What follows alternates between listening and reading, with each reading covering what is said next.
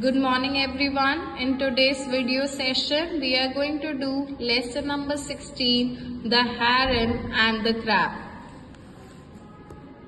Panchtantra is a series of stories written by Vishnu Sharma. So Panchtantra series of stories है जो किसने लिखी है? विष्णु शर्मा ने. Each story carries a moral और हर एक स्टोरी में क्या है आपको मोरल मिलती है, शिक्षा मिलती है. Vishnu Sharma was assigned the task of teaching the son of a great ruler. So Vishnu Sharma ने ये स्टोरीज लिखी थी ग्रेट रूलर के बेटे को पढ़ाने के लिए, समझाने के लिए. सो अब हम ये स्टोरी पढ़ने जा रहे हैं जिसमें एक हेरन है और एक क्या है, क्रैब. हेरन क्या होता है, बगुला, और एक क्या है, crab. So this is a story of a nasty heron. Nasty मतलब naughty heron who was getting old and was not able to hunt well. तो वो क्या हो रहा था, ओल्ड होता जा रहा था और अच्छे से हंट नहीं कर पाता था. So he decided to fool the creatures of the pond for some easy food. तो उसने क्या डिसाइड किया कि वो जो पॉन्ड के अंदर जितने भी क्रिएचर्स हैं ना, उन सबको बुद्धू बनाएगा फॉर सम फूड, खाने के लिए. So characters in the stories are, narrator है goldfish, crab, heron, old angel fish and tuna. So जो स्टोरी है वो 2 सीन्स में है. सो आज हम फर्स्ट सीन पढ़ेंगे. So scene number 1 is the heron sitting near a pond and sobbing. A crab hears him and closes in. तो एक हेरन होता है जो पॉन्ड के पास बैठा होता है और रो रहा होता है. तो क्रैब उसकी आवाज सुनता है और उसके पास चला जाता है. सब नरेटर बताते हैं, somewhere in the jungle there was a big lake and in it lived all kinds of water creatures. जंगल में एक बहुत बड़ी लेक थी जहां पर सारे वाटर क्रिएचर्स रहते थे.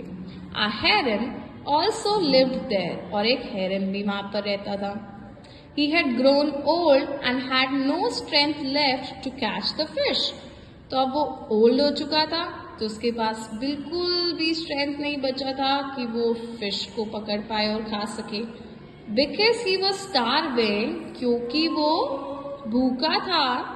He had come lean, तो वो क्या बन गया, बहुत ज्यादा पतला हो गया.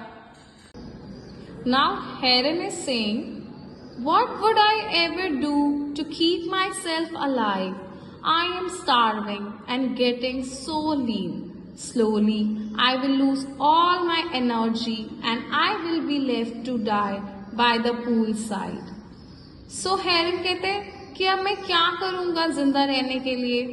मुझे बहुत भूख लग रही है और मैं बहुत पतला होता जा रहा हूँ और धीरे धीरे मैं अपनी सारी एनर्जी खो दूंगा और मैं यहीं पर पूल साइड पर ही मर जाऊंगा.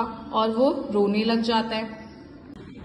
आई must think of a plan and find a solution to my problem. तो वो कहते हैं कि अब मुझे कोई प्लान सोचना पड़ेगा और अपनी प्रॉब्लम का सोल्यूशन फाइंड आउट करना पड़ेगा. तो जब वो रो रहा होता है तो क्रैब उसके पास आता है और बोलते हैं, Uncle, are you all right?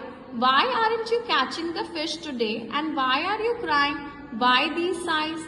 वो कहते हैं, अंकल क्या आप ठीक हो? आज आप क्यों नहीं कोई फिश पकड़ रहे हो? आप क्यों रो रहे हो? आप ऐसे क्यों इतना रो रहे हो? तो हेरन बोलते हैं, surprised speaks in a softened tone, और वो बोलते हैं, Oh child, I have decided to renounce the world. I have been a fish eater, but now I won't touch them even if they come near me, for I have undertaken a fast unto death.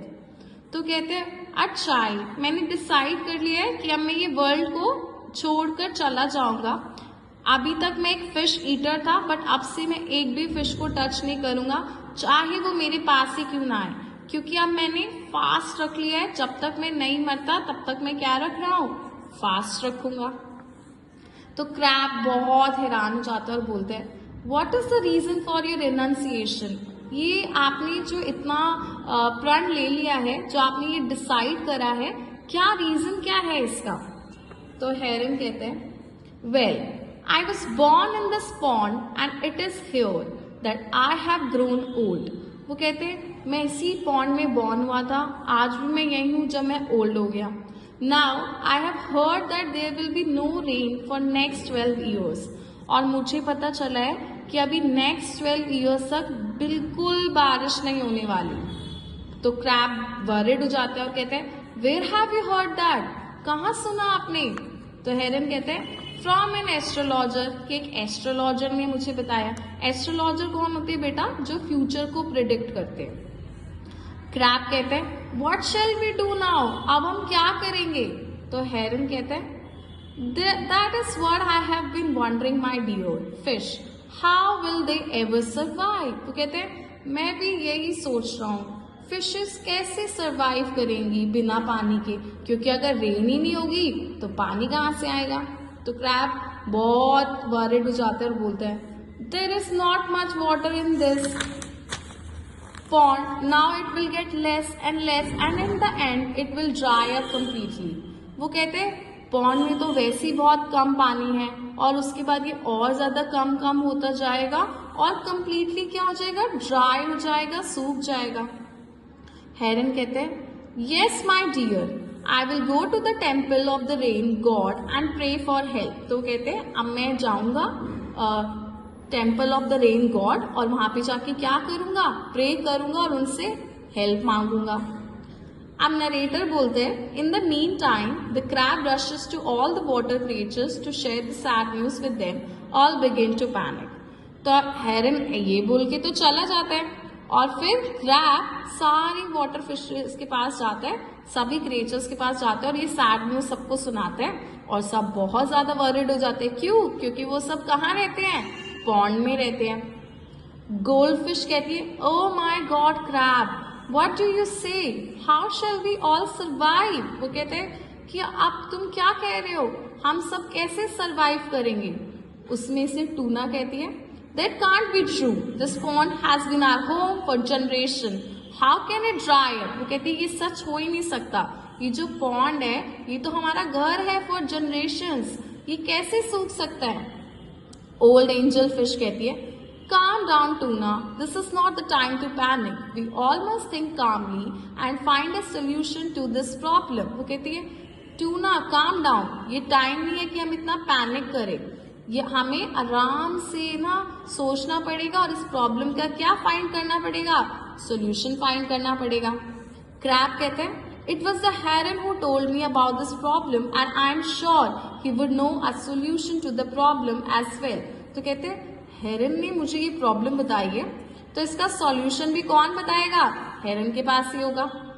He even went out to pray for the rain at the temple। और वो कहते हैं वो तो pray करने भी गए rain के लिए टेम्पल में। सो आई होप थर्ड स्टैंडर्ड आपको सीन 1 जो है वो क्लियर हो गया हो। Scene 2 we are gonna do in the next class. Thank you everyone.